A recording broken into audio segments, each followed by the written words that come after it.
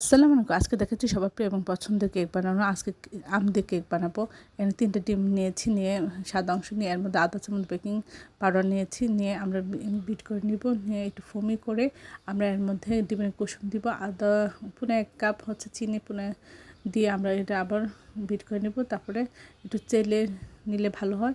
পৌনে ১ কাপ আটা, আমরা আধা কাপ এখানে দিয়ে দিচ্ছি রান্নার রেগুলার তেল। সব কিছু একসাথে লো হিটে আমরা বিট করবো, আলতোভাবে মিশাবো। আমরা পৌনে ১ কাপ দিয়ে দিচ্ছি ব্লেন্ড করে রাখা পাকা আমের পিউরি। তারপরে সব কিছু একসাথে মিশিয়ে যেটাতে দিব একটু তেল ব্রাশ করে দিয়ে টেপ করে দিচ্ছি।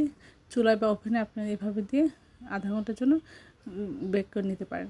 আর আমরা 2 চামচ আটা দিয়ে আমরা একটা করে নিচ্ছি, এটা হালুয়ার মতো করে নিব। এটা ক্রিমে বানানোর জন্য এটা ঠান্ডা করে আমরা ফ্রিজ থেকে ক্রিমটা বের করে একটু ঠান্ডা ঠান্ডা অবস্থায় এর মধ্যে আমরা দিয়ে একটু বেক করে নিব। আর দিয়ে দিচ্ছি সুগার পাউডার অর্থাৎ চিনি গুঁড়া করা, আর কয়েক চামচ এখানে গুঁড়া দুধ। সব কিছু দিলে শক্ত একটা ক্রিমে পরিণত হবে।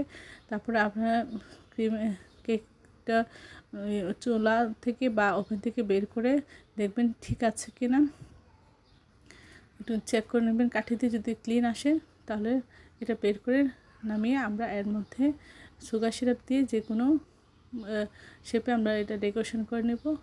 আপনারা যে কোনোভাবে ডেকোরেশন করার জন্য একটা পাইপিং ব্যাগে এভাবে নিয়ে গ্লাসের মধ্যে বসিয়ে পাইপিং ব্যাগে দিয়ে আমরা এভাবে তারপরে বিভিন্ন ডিজাইনে আমরা সাজিয়ে নিতে পারি, ডেকোরেশন করতে পারি।